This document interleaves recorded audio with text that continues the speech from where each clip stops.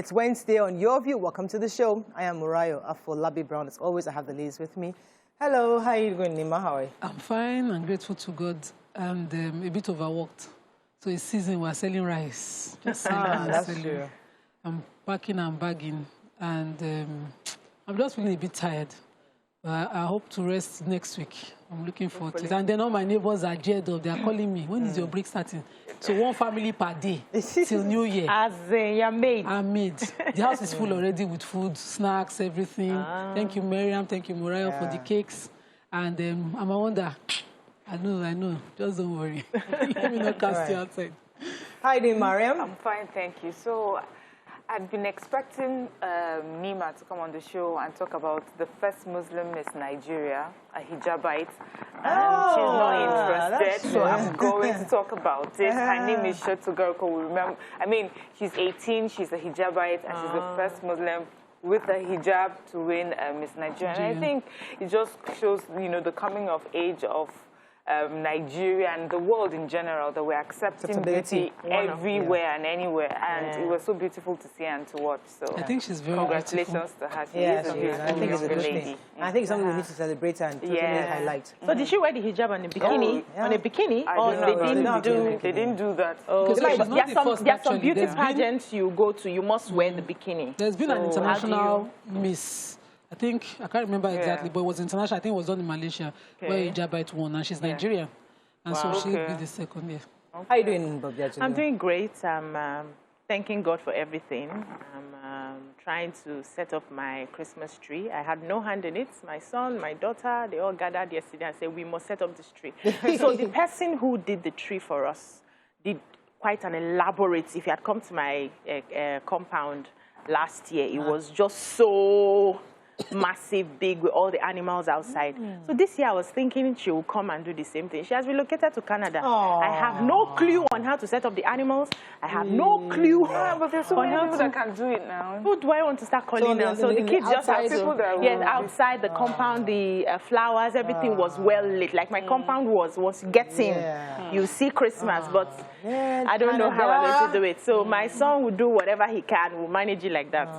But this better when it's with family actually. I don't know how to set up Jack, and I don't want to. It's not easy. I mean, the kids love it because they open up all the various parts of the tree and then put the little balls in there. It's really. They had fun yesterday. Yeah, I just wasn't. They'll have a ball. How are you doing? I'm okay. There's just so much happening. Oh, my mom is around. Yay! Sorry? She's around? Yeah, Your mom? Yeah. I got lots of breast milk last night. We can see. Now you're making us envious. We can see. To have your mom around. Yeah, We can see that. All right, let's go on a quick break. When we come back, we go through the front pages of the papers. Stay with us. We'll be right back.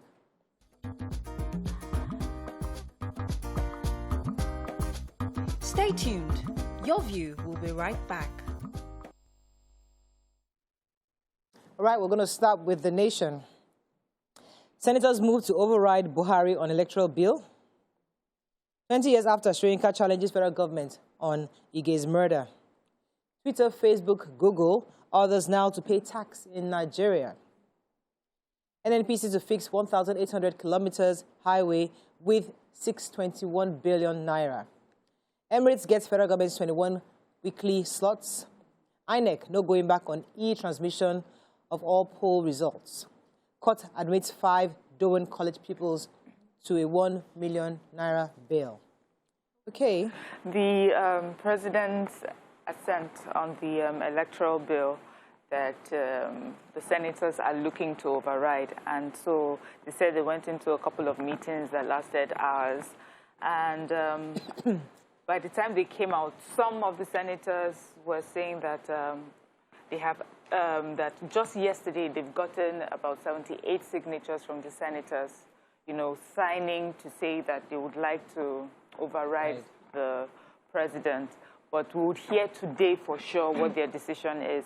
And the Senate, the National Assembly can actually do that because in the Constitution it gives that where the president withholds his assent, and the bill is again passed by each house by a two-thirds majority, the bill shall become law and the assent of the president shall not be required. So we would see if the senators will go ahead and do that, because some of them are saying that the refusal to pass this particular bill would mean that the will of the people is not being taken into consideration. But we know how politics work, and we understand that the president has a lot of loyalty in this particular house. And people are also speculating that because it's a largely APC majority and the president is of the APC party, we may not see that. But we'll see what happens. What's this 1,800-kilometer roads to be fixed by NNPC? So the federal government, through the Ministry of Works and Housing, yesterday entered an MOU with NNPC to spend 621 billion to fix 21 roads across the country, about 1,800 kilometers. And according to our guy at the Ministry of Works and Housing, of course, while they're signing that, it says this is an executive order that, it works for all Nigerian businesses, and gave an example of how they've used it with Dangote Group and now with the NNPC, to be working on the roads. And also the fear that, the contractors might change over time so that we now need extra money has also been taken care of. They've gotten the words of contractors who will be working on those roads to not vary at any point the amount for the roads. Okay, so the Senate yesterday passed the Finance Bill 2021, transmitted to the National Assembly by the President Muhammadu Buhari, on December 7, 2021.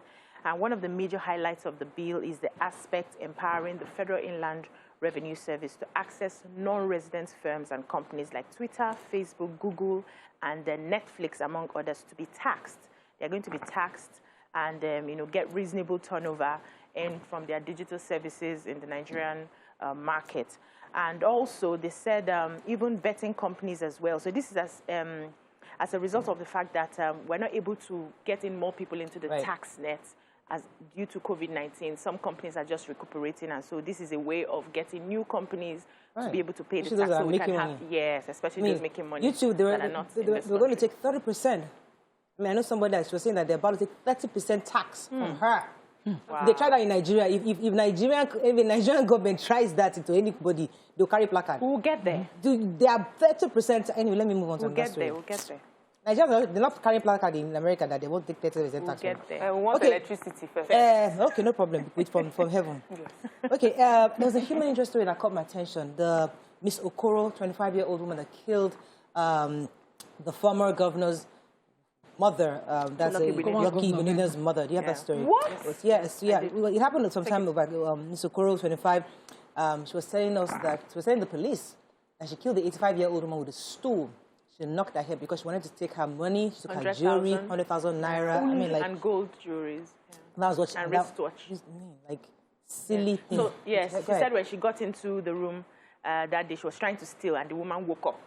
So because the woman saw her, she had to, protect herself, and then she used the stool and hit her head. Then ran to River State to stay with her sister. How long did you say? My mom did not offend me, just that. They had never had a quarrel. She was. No, she's ready for a lifetime. I hope. Moving on now to the Punch Electoral Act Amendment Bill. Senators threaten to override Buhari. Governors back the president. Governors again. NYSC backs Army's detention of female soldier proposed to by core member. FRSC Amotekun deployed 30,310 personnel, body cameras for highway patrols. NSCDC naps 53-year-old Kwara bricklayer for allegedly raping friend's teenage daughter. During college pupils detained over colleague's death, get a $1 million bill. Again, kidnappers strike in Ekiti. Local government abducts female teacher, 4 others, and demand 50 million naira.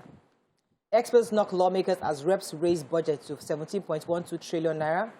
Customers groan as cash-trapped banks slash withdrawal limits. Okay, let's start with human interest. Go ahead. So the Lagos State Magistrate Court in Yaba yesterday granted bail to 5 of the suspects in the Dowen College matter on bail of $1 million naira, and also added that one of their shorties must be their parents, who must swear to an affidavit of compliance, and also that their passports are taken and they don't go beyond 2 kilometers of their residence.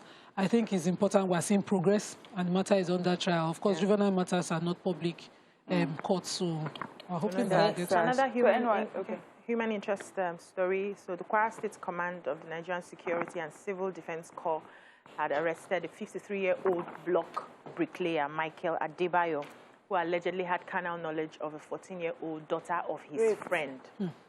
So when they take rape, they take rape. There's another case of a 16-year-old that they mentioned rape. So when they say carnal knowledge, probably, I don't know. It's really minor.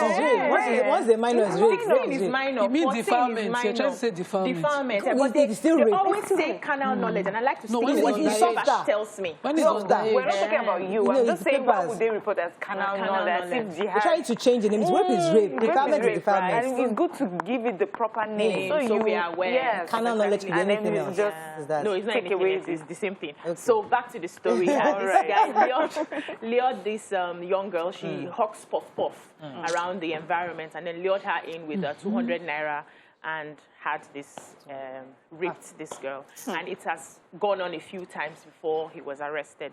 So the case is he's definitely going to be prosecuted. The case is in court already. And I hope that he is prosecuted.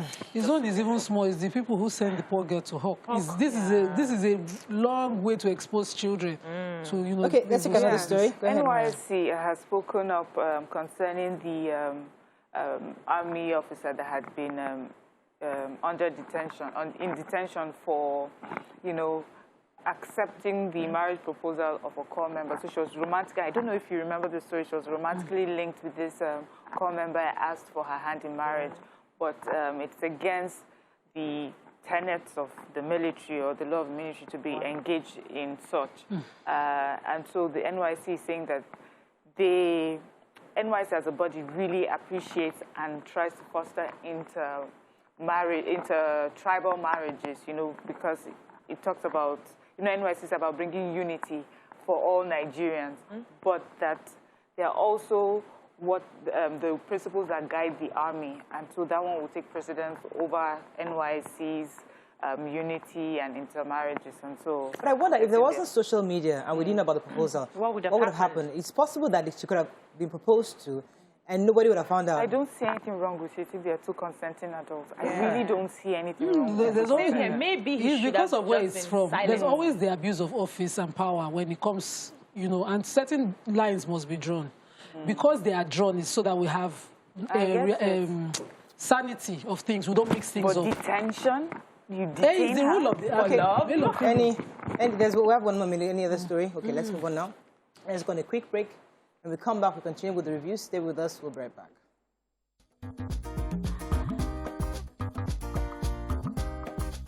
Stay tuned. Your View will be right back.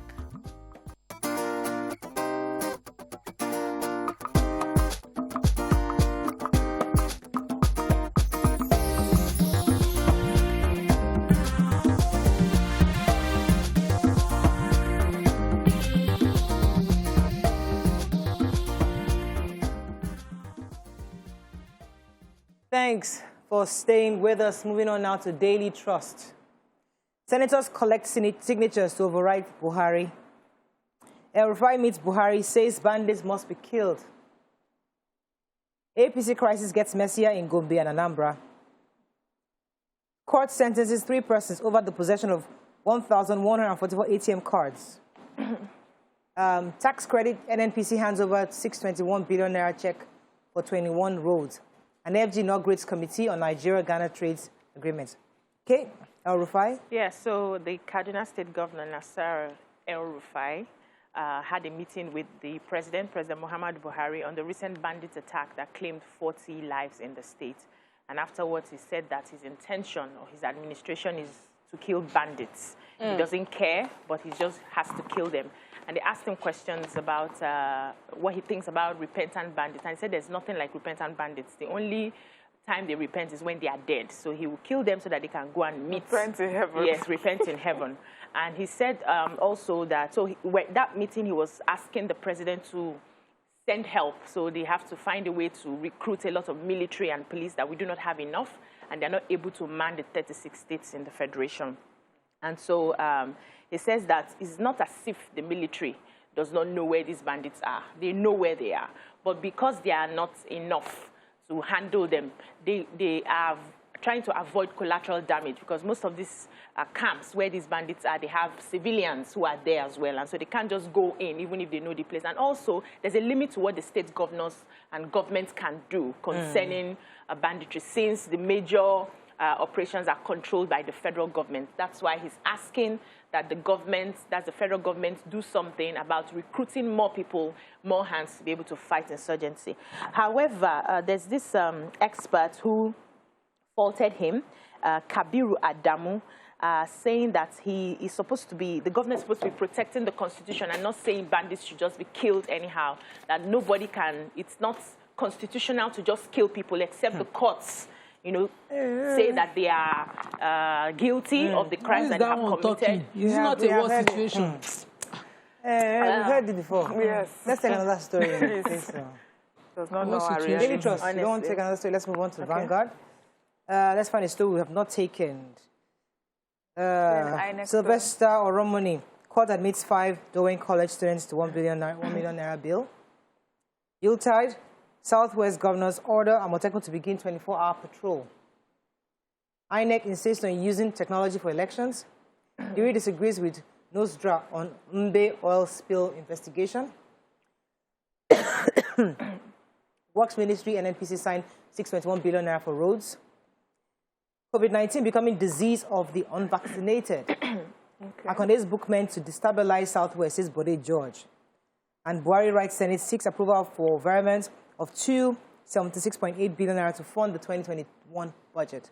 Okay, which story? Who has INEC? INEC. Go ahead. So the INEC chairman, Professor Mahmoud Yakubu, while addressing resident electoral commissioners yesterday, said that the automatic biometric identification system, the ABI system, has been able to help them weed out multiple registrants in the Federal Capital Territory ahead of the area council elections. And because of, he said this just after the president declined accent to that electoral bill, the story now carries it that they insist on using technology. But INEC is saying that the gains that they've had over the years will be maintained, whether or not, you know, the bill was made law or not, yes. Okay, cool. Yes, let me just add to that because it was actually my story. Oh, sorry. So there's the, so they're calling, there's being specific, they said the BVAS, which is called BVAS. the Bimodal Voter Accreditation System, was first deployed in Isoko in September this year. And they understood how it was very successful. So that is going to replace the smart card reader for verification and authentication. So they're going to deepen technological use in our electoral processes. Okay, so our president took his booster jab yesterday. Well booster done. dose of Pfizer BioNTech vaccine at the presidential villa, Abuja.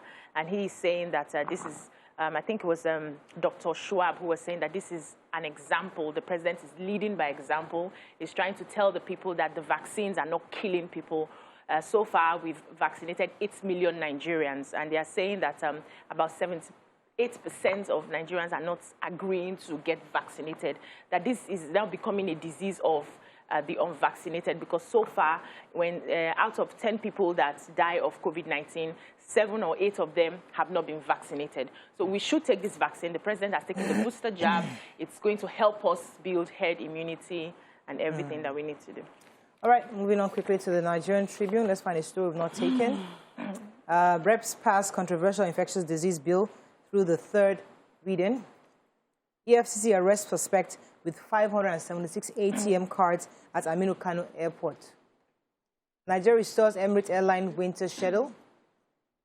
Court slams 2 million naira fine against immigration over seizure of Udili's passport. Shenka wants Obola Ige's murder case reopened. Borno governor approves 1 month salary bonus for CJTF hunters fighting Boko Haram. And 417 Oyo residents tested positive for COVID-19 in 1 week, says government. Okay, stories. So Rep passed what the paper calls controversial infectious diseases bill through 3rd reading. And the chairman House Committee on Health, Tanko Sununu, was the one who was talking about this bill. I don't know why it is controversial, but this bill repeals the Quarantine Act and enacts a public health emergency bill.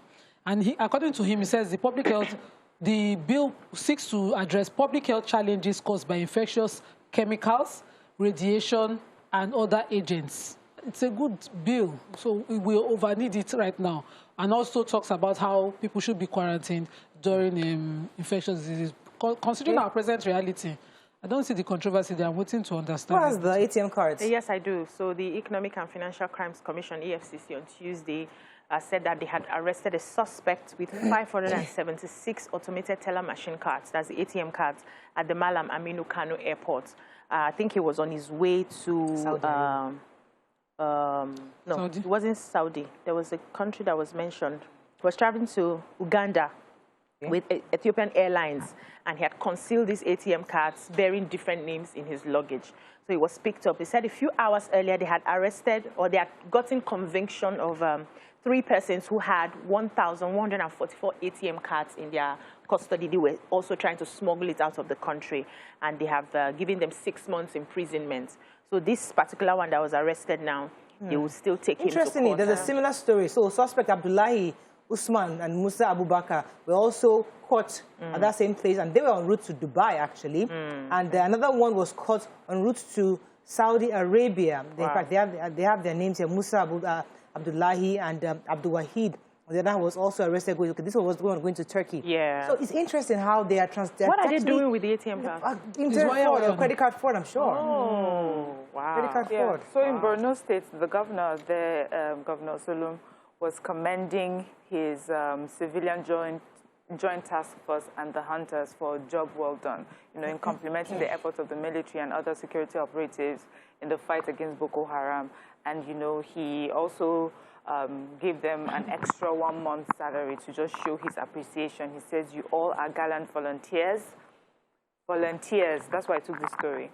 You have been working to secure Borno State, even though you are in thousands. There's no amount of support that is too much considering the sacrifices you make. And these people have also, the leaders of the hunters and joint force are saying that they promise to remain gallant and disciplined in the war against Boko Haram. I just take this story to show you that people are actually putting their lives on the line for a lot of us to live freely. So when you have any information, of anybody that's anywhere associated with these people, please speak up so that we can quickly end this war. Yeah, and that actually reminded me of the story, the video that was going around, where the men on the front lines, the soldiers, were doing the recording. Those who were in the hospital were just trying to share Nigeria. Like, so we are the ones here, support us. Facing this head on. Facing this, and they wanted just us to support them. They were wishing us the best holidays. I think sometimes we should just take a moment to remember that we have men at the war front fighting. They have families, loved ones, and those ones who are waiting for them to come home for Christmas. Let's go on a break. When we return, we invite our friends from Roland Properties. Stay with us. We'll be right back.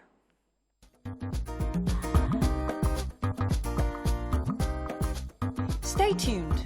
Your View will be right back.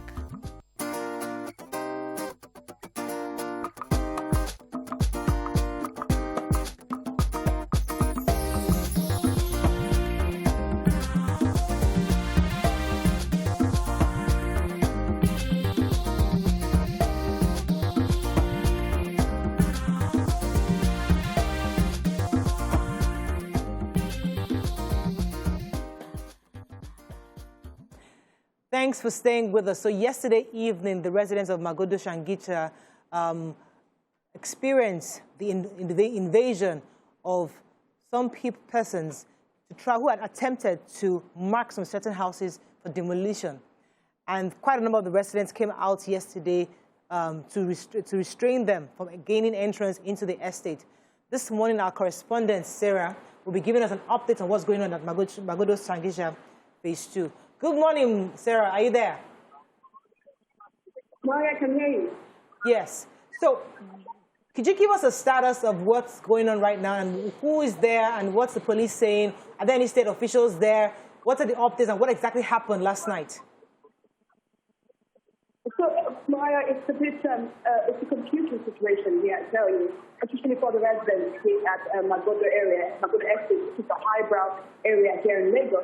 And so it's 2 days to Christmas, and you have people stranded and confused as to what's going to happen now. So yesterday afternoon, at about 2:30 p.m., you had some policemen and some youth come into the estate American buildings saying that they're up for a possible demolition. And so the situation, of course, it's not a situation that is new to residents here, but the fact that they're not building, that's the new aspect of the need to see the situation that happened yesterday to this morning. And so what you see now is that the gate is still locked. So you cannot gain entry into the Magodo estate and you cannot go out. So anybody going to catch a flight or going anywhere important, or if you have business to this morning, you cannot do that. But one thing is, a lot of persons have been questioning the legality of the action that was carried out yesterday, that the policeman said they had to execute the court order that was given. And so I'm going to bring in somebody on. She's on the legal team. Her name is Lorraine Job Taylor. She's on the legal team and she's also resident there. It's good to have you join us on the program. But can you tell us exactly, you've been in court, you've been here in the proceedings, tell us what exactly that is and what the situation is. Right. So we're trying to get some visuals, some live visuals, and also to see if we can speak to either the lawyer or the president of the Magodo residence, just to have an update on exactly what happened, because we understand, but based on the reports that we have, is that there's a court order for a Supreme Court order that was actually given to a certain family, and that gave them over 500 plots. But according to some angle of the story, the award wasn't specific in which area. So that the government had offered them a place in Ikorodu, but unfortunately the family rejected it and wanted within the estate. So those lands have been occupied, and right now, we saw that yesterday they came into the estate, they tried to take over and move into demolish. We just need an update from the government. It would be great to hear from the government to know what happened. It would be great to hear from the residents or some law authority to give us an update. I know Sarah is trying to get us somebody, but what are your... Let me come to Nima, since you are the legal expert amongst us. What are your thoughts on this? Obviously, they're trying to execute a court order. I don't think that they will just move there without legal backing. The execution order is usually carried out with law enforcement agents, and what I know about land issues is that this is very resolvable. There's no do or die about it. The people are almost going to concede certain things and compromise certain things and agree with them, probably to rebuy, but outright demolition of well-developed places. They said they are not negotiating. If they sit down to discuss, this is resolvable. This is not a final anything, right, even though it's a Supreme Court order. All right. I was just wondering why they got in there at night. Was that so that people would not be aware that they were coming in and then not have a situation? Maybe so they won't be resisted. This is a very well-guarded estate. Yes. They require permits to enter. And if the estate knows they're coming, the CDA can resist, prevent them from executing. So maybe they had to sneak in. Now that they've gained access, just to establish that, we own. We've gotten another way. We're legally backed. I came from a family where they sell lands like this, and then there's always court judgments year in, year out. And what I know that they do is that they come back to the table and they renegotiate with the people who are already occupying those areas. So it's either you have to pay more for it or you have to pay something. But outright demolition, I just think is wasteful. I think they need to have a conversation with probably the people who are living there already to say, this is the court judgment. How do you think we can proceed from here? So you don't scare people who have spent money building houses and living in it for years. So for me, it just seems that our producers are not really interested in this story, because if they were, would have gotten more information. Either the Magodo presidents would be on talk with us, or we have from the government. So maybe we'll have another show where we can discuss this matter. It's not obviously of interest right now at this time. Let's go on a break. We'll be right back.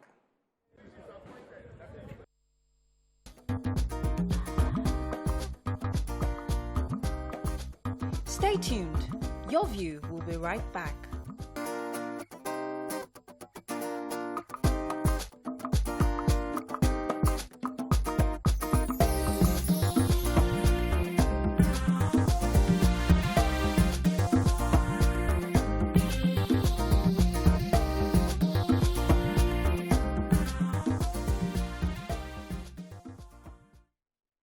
Thanks for staying with us. Sorry for the break in transmission. So moving on to our hot topic for the day.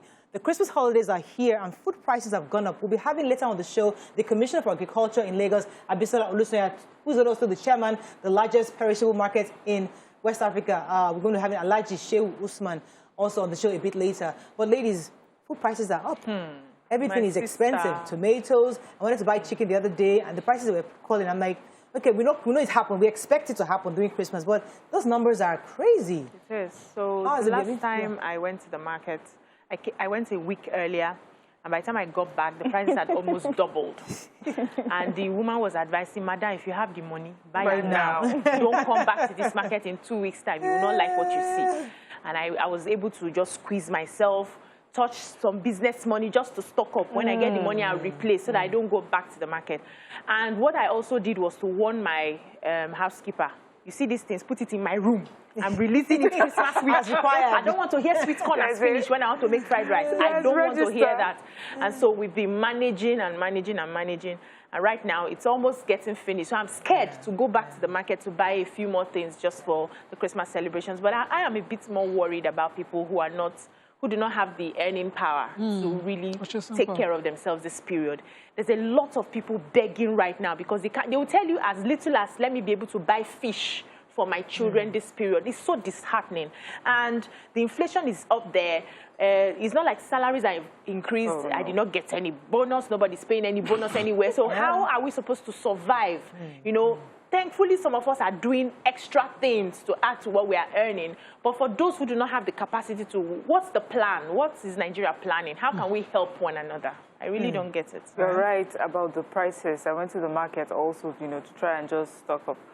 And the prices, you know what was funny? Normally I would do the market runs by myself. And this particular time, I went to the supermarket. My husband just decided to tag along. He was like, we spend the same amount of money we would normally spend, but our cart looks empty. I said, that's our reality now, and we have to. But my husband always likes to focus on the future. He'd be like, well, it means we need to make more money. We need to look for more opportunities to, instead of, this is already a reality. It's happening. We can't keep griping and, you know, about it. Right. And as you said, and then we know that there's a finance bill that has just been passed, and we know that by next year there'll be taxes upon taxes. Right. We know the subsidy is going to be taken away, so petrol and diesel, petrol and diesel gens, expensive. So just the lifestyle generally will be much more lower and more expensive to maintain. So it would mean tightening our belts in so many other ways. Right. The fear of, what do you call it, school fees. Hey, January. Oh, in January, yes. Let me pause you for a second, because I'm told that the correspondent is ready for us now. I think we have somebody to come and give us some updates. So we'll come back to this story, but let's really take Sarah. Sarah, are you there? Hello, Sarah, are you there? Hello, Sarah, are you there? We're having some technical issues this morning. Okay, so Nima, let's go back to this topic. This is our matter. So me, I'm just grateful for the things that are in season. So plantain is in season, and so it's affordable. You can buy you know, I'm used to buying, I don't know how to buy plantain. I buy a bunch of plantain. How do you keep it? Good question. Good question. So you buy a ripe one. If you eat black, what we call black plantain, that's your ripe one, you can consume like that. But I tie as soon as it's getting ripe, I cut it into portions of 6. For the family and put in the freezer. If you have a fridge, it's perfect, so that the ripening is then slowed down, and that way you enjoy it. But I don't have a fridge, so everything has to go in the freezer. And tomatoes is also in season. The only reason why it's going up is because you're buying. So I don't buy at Abulado anymore. I do my 12 direct. Yeah, the market is Abulado. No. For now, for the month of December, I'd rather buy a crate. A crate was 3.7. No.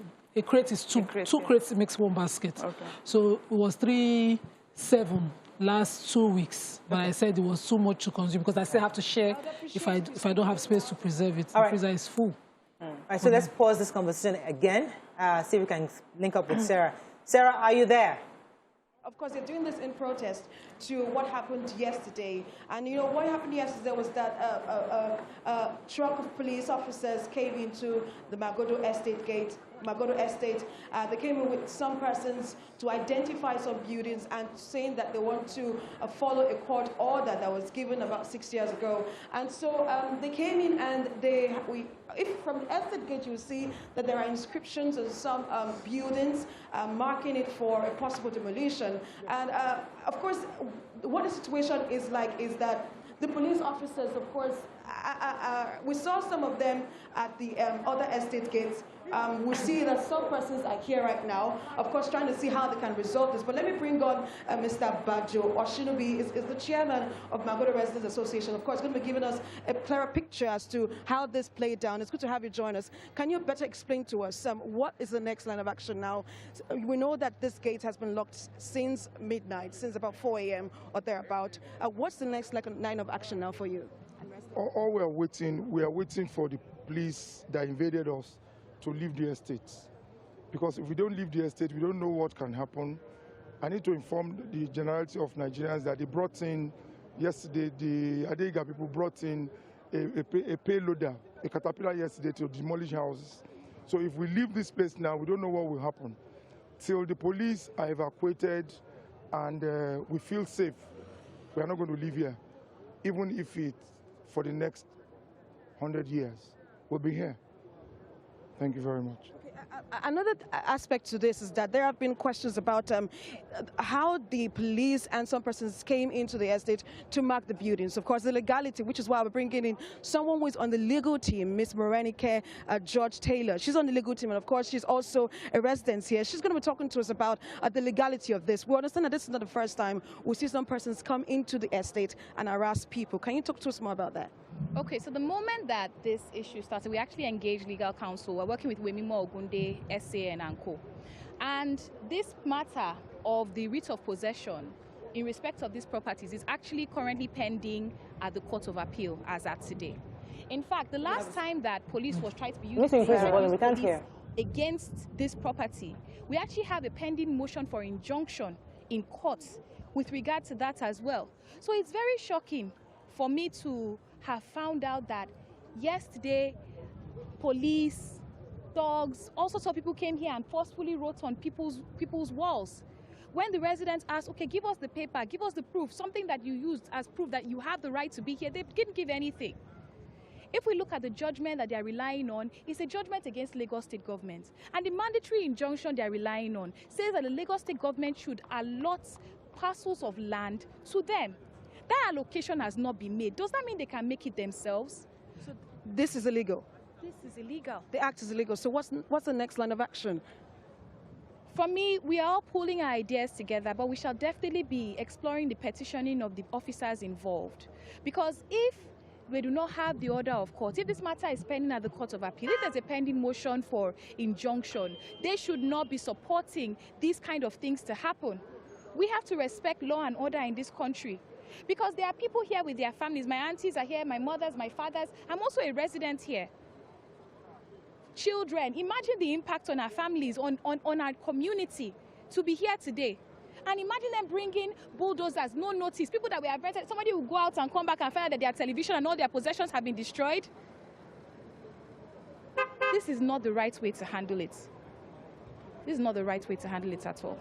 Of course, Mariah, you just heard from her, and have you spoken? We also understand that, of course, this situation has been on since yesterday till now. And, of course, we just got information now the Lagos State government will soon be issuing a statement, of course, concerning this. Hopefully, everybody, with that statement, this action, of course, will be stayed. There will be action on this, and then we would have issues like this happening again anytime soon. Of course, we just see that some police officers are addressing residents, the association now, to see how they can, of course, settle this amicably, and which is what everybody, which is what we've been trying to see all the while. All right, Sarah, can you hear me? Sarah, can you hear me?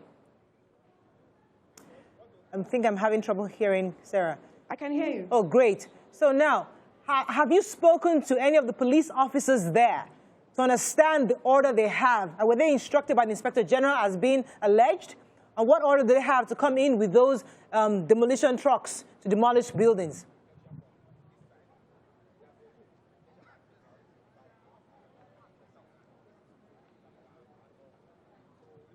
Did you get that? Sarah, can you hear me? Can you please take your question again? Please. I'm saying, have you spoken to any of the police officers there? Have you spoken to any of the police officers there to confirm what they have, what order they have to actually demolish? Because we're told, based on what the lawyer said, that they came with the police and thugs to demolish. So the police officers there, have you had a conversation with them on what they have?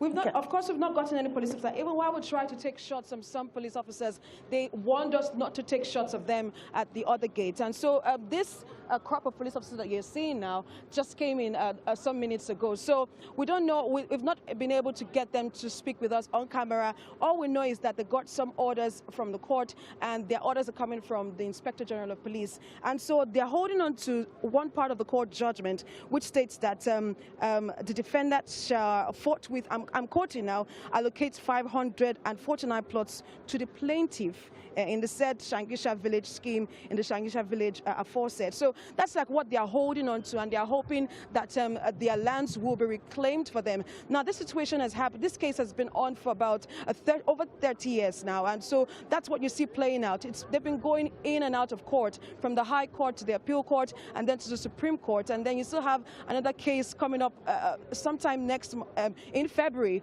And so the case has been ongoing in courts at different courts of jurisdiction, and so but they're just hoping that the original owners, which is the Shangisha Land Association, would, of course, have some kind of settlement out of court with the Lagos State government. The residents in Magodo say they are not involved in that suit. So they're just hoping that the original owners will sort the issue out with the Lagos State government, and which is what everybody's hoping. And so they're hoping that when this is sorted, they can, of course, live comfortably in their own homes. All right, so what's going on behind you right now? I see quite a lot of people being dispersed. What's going on? Do you know?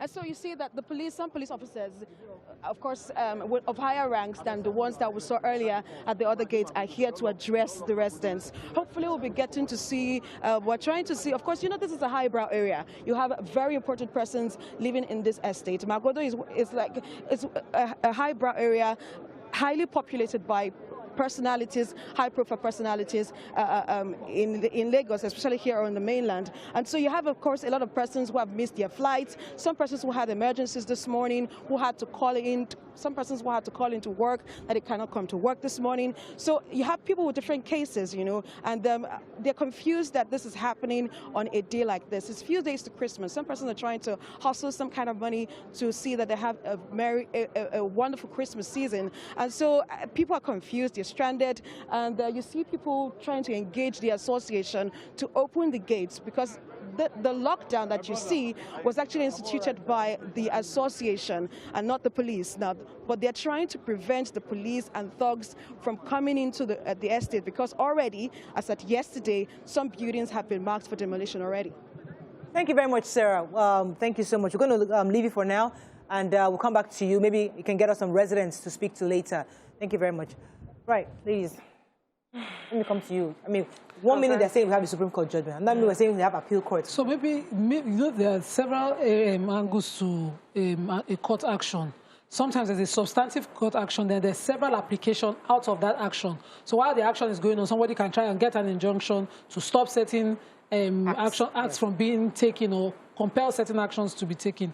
And so you have judgments from this one. While that one is, the application has come through, there's appealing it, there's like several branches to it. Wow. So we cannot tell for a fact which one we're dealing with right now and why they're doing this. But I think that in the face of this for 30 years, you know, at some point they should have tried to sit down and have a mediation. If it is not Omonile against Omonile, you know, sometimes where, like my own area where Abuloshu people are suing 30 people for the areas that are own, no.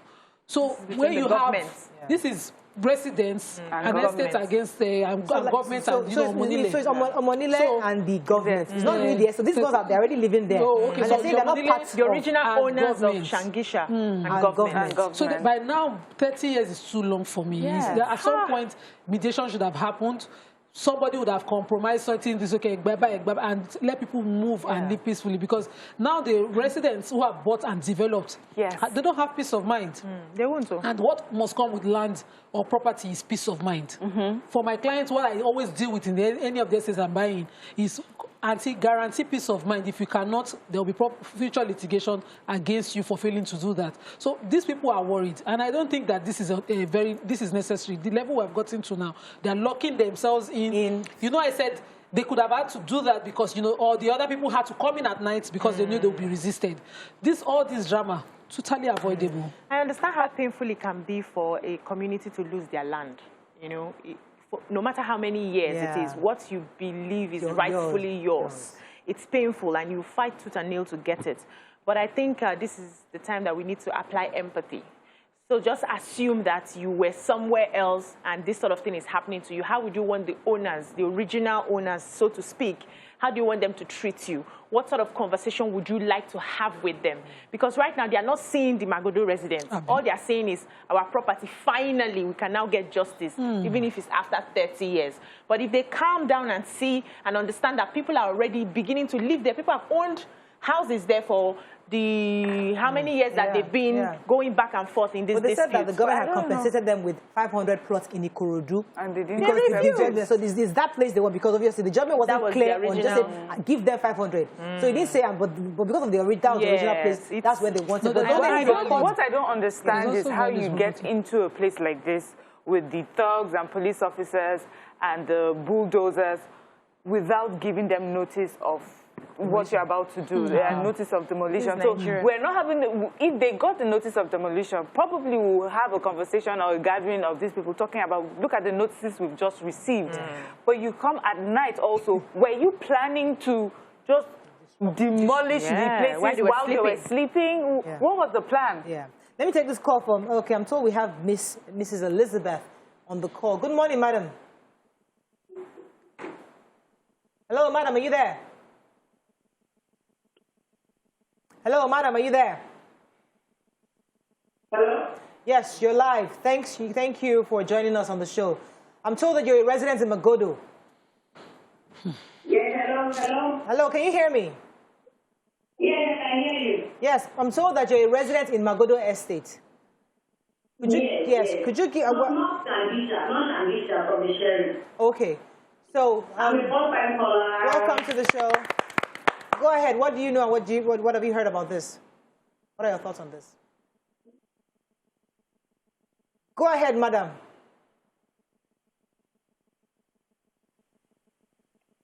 Hello? Okay, we lost that call. I just want to compliment you guys. I've been watching this show for a very long time. I just want to compliment Morayo, Ojajilu, and Miriam, and others. Compliments of the season. Compliments to you too. All right, Elizabeth. I hope we can even make you our winner. Because yes, Elizabeth, we don't get calls today. Because it's one of those tense days. So, Elizabeth, are you still there? Oh, I think we lost. I wanted her to be the winner. Oh, sugar. Okay, because we can get her number. Can we get her number? So hopefully we can call her back. There's the issue of the value of what you're settling family with. So I can understand if they're saying Ikorodu. You know what the price of property is in Magodo now compared to Ikorodu. So the government will not just be giving them Ikorodu, where they will not have to go and be dealing with development from ground up. So they should sort of find a way to settle them in town. But some might argue that the reason why the Magodo is at this value is because somebody has built it to that level. So if you do build that level in the Ikorodu, you can also get that value in that kind of area. I mean, some might argue that the reason why is a highbrow area now is because certain people have moved into that area and built certain kinds of houses to give that place value. And also where it's situated. Ikorodu is far. I mean, when you think of Ikorodu, it's away from everything else. So it's situated there. The sort of people that you have there, there's a reason. Most of them are government people. They're closer to the areas that they work. So it will be hard to get that. I know this is a very difficult situation, a dicey situation. I really do not know how government is going to solve this. But one thing that they're doing wrong, really, is coming and knocking on these people's doors with bulldozers and police officers or whatever. Almost like it's almost a threat, in a threatening manner. You cannot go about it this way. And also, as we said, mediation. What form of mediation have you had? Also with the residents' association, you know, to even prepare people. And then when you're selling land in those areas, are people aware that there's a court judgment? And this is something that will likely to happen. So who's supposed to be having this mediation? I think the government is sleeping on its duties. Yes. We're waiting for them to speak anyway. They said they're going to give us an official statement. So maybe when we hear from the government, we have a very balanced conversation because we're only hearing right now from the Magodo Residents Association. It would be great to hear from the family who have the court in judgment. It would also be great to hear from the government because these are the two elephants fighting. The Magodo residents who went to that and buy their land are the ones that the grass that are suffering right now. But let me take this call from Chris. Chris, are you there? Yeah, my name is Grace. Good morning. Oh, Grace, go ahead, please. You're live. Yes, I actually want to. I'm a first-time caller. Welcome to the show. Yes, Moraya, Alima. I want to say you guys are doing a great job. Well done. Thank you. I want to contribute to the Magodo issue. It actually happened to my mom at Ikorodu. The Omonile, they denied ever selling such land. Those that have bought it to come and compensate them. So they have to come into agreement and pay a certain fee. So I hope those will come to that. Right. And let everything be resolved. Wow. All right, so thank you so much, Grace, for calling in. Let me go to the Magodo residents now. I'm told that the chairman is addressing the press.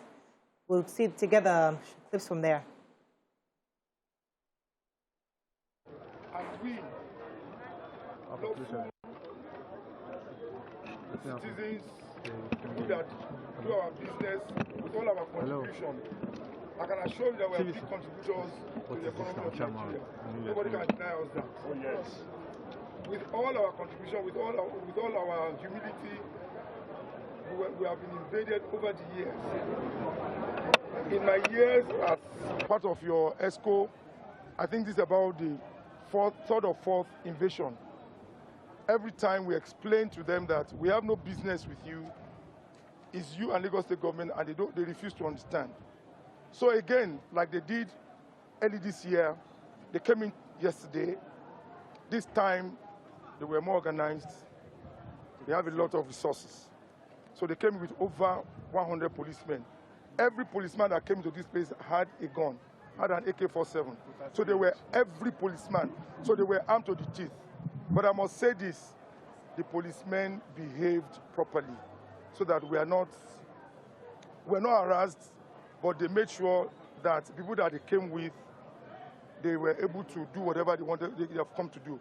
Unfortunately, what they come to do had no legal basis. Because when you want to take possession of a land, you are supposed to have legal documents. The bailiffs that came and Adega family, they did not show us any legal documents. But because of the presence of the police, we were handicapped. Because we are law-abiding citizens, we did not attack the police. We were very friendly with them. But things took a turn for the worse. Yesterday night, when they brought in a bulldozer. They brought in a bulldozer that was parked at our gate. And surprisingly, the Adega family called me that I should allow the bulldozer to come in. And I was like, if I allow that bulldozer to come in, then I'm ex-chairman of MRE. And I still enjoy serving you. So we refused. And around 11 o'clock, the police, because there were agitations, the police, the head of the police moved the bulldozer out to CMD Road. That's where he slept overnight. And this morning, to our surprise, the bulldozer was back, positioned to enter our gates. That's why you called you guys out, because we were not going to allow, and we are not going to allow people to trample on our rights. When people come in here with bulldozer, with no legal documents, to take possession of what does not belong to them, in quotes now, then we are not going to allow it. We spoke with a lot of people all the way to Abuja. All right. So I think we are, as I said, we've heard from the side of the Residents Association. The next step really is to hear from the government exactly what the government steps are, and hopefully review what the court judgment is from the side of the family that are claiming the land, and then we can take it from there. But right now, obviously, what is clear is that there are better ways of going about these kinds of invasion. There are ways of having mediation properly where, for 30 years, as Nima has said earlier, is way too long for this mediation to have happened. Something should have been done, and it could be, we could look at this in different ways. So we have to go on a very short break. When we come back, we'll go to our 12 days of Christmas giveaway so we can give out gifts today. Stay with us, we'll be right back.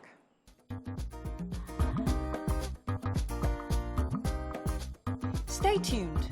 Your View will be right back.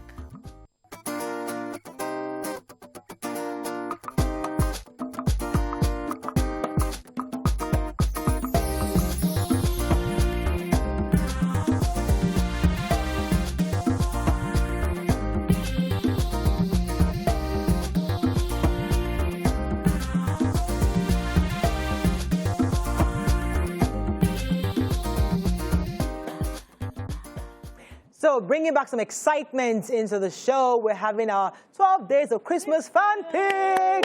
Woo! I'm starting to look excited. I'm excited. All right, so before we pick our winner for today, we're going to show a clip again. We had to go and visit two of our fans, Mr. Dan Ilo and another gentleman. We'll have his name shortly. We went to visit both of them, and I'd like you to watch this clip.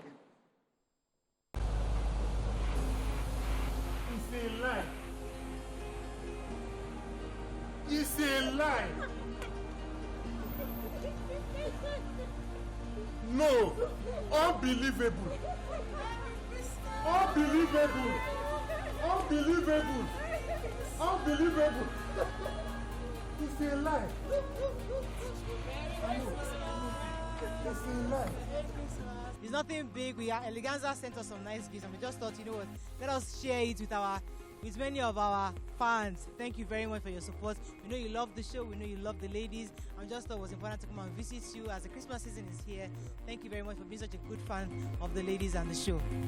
Thank you. So we'll be giving you a cash gift because remember the ladies we had put it out there that our fans to put money together. So part of the money we got together, we said, you know, we're going to use it to bless all our fans. So we're going to be giving you a cash gift of 50,000 naira. It's tiny, but at least we thank God. Please manage it. It's a tiny gift, but please appreciate it. We just want to say thank you, Mr. Dan. We want to appreciate you, and we know that there are many people watching that have been supportive for many years, and you are an example of such. So others might not be able to see us physically come and appreciate them, but their time might come, their time might not come, but trust that we love every fan of YourView, and we are grateful for your support. So you are one fan that we have that will remember our birthdays. You will call us, you send us cards. You have really been good, and we want to appreciate you. Yeah. Oh, that's so sweet. You have been a sweet fan, and we pray that the Lord will continue to uphold you.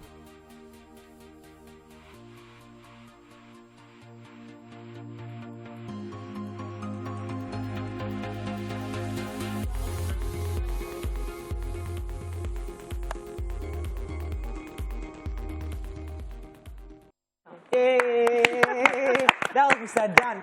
Mr. Dan. I'm sure many of our viewers know Mr. Dan. Yeah. He used to be in the audience. Yeah. And he's very... He was asking questions. He's always a conspicuous man. There's no way you not see him. He's there. You can't miss him. Mr. Dan. He's very caring. He calls us, sends us messages, on birthdays. Yeah. He's such a great fan. So we're so happy and pleased to support him with these funds we got from our fans.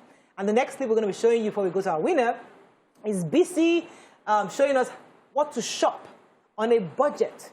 And she also went to Ada Small this season to tell us what you can buy at a budget. Watch this. Hello, ladies and gentlemen, boys and girls. My name is BC Ugbo. I'm one of the co-hosts of YourView TVC, and I'm here today in Ada Small to help you through an affordable Christmas shopping. Let's go. How you doing? Okay, so this is the clearance sales. Up to 70%. Wow, that's amazing. So when I shop, I like to start with the clearance sales so that I am able to save up money and buy more, okay? Quite affordable, yeah. Wow, Ada Small is rocking this period. Let's go. So I want to get dinner wares for, this is the season for awards. You're going for award ceremonies. You're going for people's wedding ceremonies, birthday, and you want to look a certain type of way. Let's go.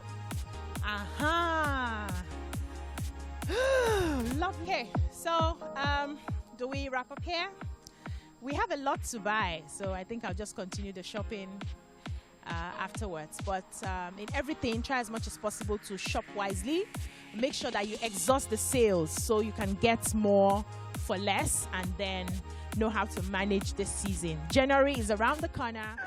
Igbo get. Exhaust the sales. Don't go and look for the expensive one. Buy the cheapest. Did you see their lace corner? We have those laces were amazing. Did you see that multicolored lace? Oh God, forget this.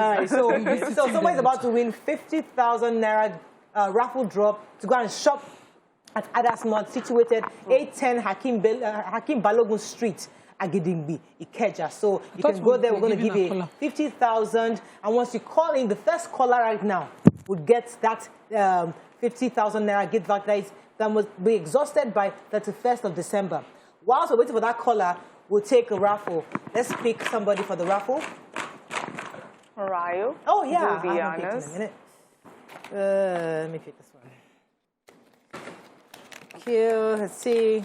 Caller, they say that, yep. So we have Olafedeon Temitope Phillips is the winner. Good evening, YourView. The 50,000 naira is of importance to me because it will go a long way in paying my house rent. House rent is 120,000 naira. I only have 70K at hand. And rent has been due months ago. I just got a job, and landlord, can't talk about it. I'll be glad if chosen and given this money. So congratulations to Olafede and Temitope Phillips. You're definitely going to get this 50,000 naira to pay your rent. Please pay rent. Yes, you don't want it to be homeless. So our callers, our producers will try to reach out to the winner. But in the meantime, we're still waiting for that caller. And others is 2 vouchers today. No, it's one voucher. It's one voucher today. It's going to be 1 voucher per day. So we're going to be looking for the very first caller. Waiting, please. It's still painful that last caller just... Like yesterday that we couldn't get a caller. Elizabeth. Somebody... Oh, Elizabeth. I don't know if we have Elizabeth's contact. Or Grace, any one of them. If we're able to get them. Call in, if we don't get a caller in the next 1 minute, let's take a few messages from YouTube and Facebook while we're waiting. If we don't get a caller, then we'll give it to the last caller, which was Grace. Okay, YouTube, say I'm in Lagos, Abi. Was that not the way we did it? And we're not doing YouTube callers because YouTube was really difficult for us to contact them. It was really difficult. Okay. We have a caller? I'm told we have Ayo from Itayo from Ikorodu. Hello, Tayo. Congratulations. You're going to be the winner for Ada Small 50,000 naira raffle ticket. Are you excited? Woo! We're excited for you. Hello. Tayo. Hello, Tayo. Are you there? We can't hear him. Hello. Hello. Hello, Tayo. Hi, Tayo. Okay. Okay, yeah. You just won 50,000 naira voucher. I'm here. You know how you watch American films? So Can you hear? Yes, we are Nigerians. Let's localize our enjoyment. Exactly. Hey, can you hear us? All right, so Tayo will be reached out to anyway. Yeah. Congratulations. When you watch like Oprah and all these international talk shows, and they tell you win something, you see excitement, people are really happy in Nigeria. Like, Those are recorded. This is live. Sometimes people react different ways when they are shocked. I know. Some people freeze. On YouTube. These are our what callers are are you going to do with freezing. the I'm in Lagos people on YouTube? Our viewers. The thing is that they might have to expose their phone numbers directly. They're having issues reaching out to them. They tried reaching out the first person, and they couldn't reach out the person. No. So they told me to refrain from taking people from YouTube. They're having issues reaching out to them. Okay. But Tayo is obviously our winner for this month. Congratulations, Tayo. When you freeze, you can shout. Yes. So as you were saying about the American people that go, wow! Nigerians, we don't do that Yeah, now. we don't do wow. Americans, when they see their stars, they'll be falling on the floor, they'll be don't fainting. fall on the floor. No, we don't. Instead, we look at you up and down. down. At most, we'll say Size you hello, up. we'll send a message. It's just our way. We are Nigerians, and these are Nigerian stars. So that's what gave us this money because they were trying to support. We had actually wanted to give out the 50,000 naira from the gifts, from the money we got from fans, but they now wanted to support us, you know, in addition. So they sent us gift vouchers for our fans. So we'll be definitely giving that out. Hopefully we can get Temi Tokpe on the line. I'm not sure if he or she has been contacted. If not, right. we're going to end the show right now. Ladies, tomorrow is another day. Yes, it is. Have a lovely day. We'll see you tomorrow. Bye for now. Thanks for watching.